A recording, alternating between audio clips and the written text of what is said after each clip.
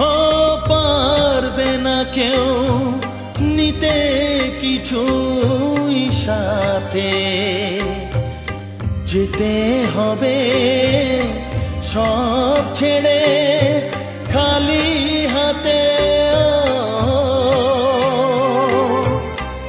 এক টুকরো সাদা কাপড় থাকবে শুধু গায়ে, হিংসা বিবাদ লোক সব কিছু পাবে লোক, হিংসা বিবাদ লোক সব কিছু পাবে লোক। পুড়লে দেহ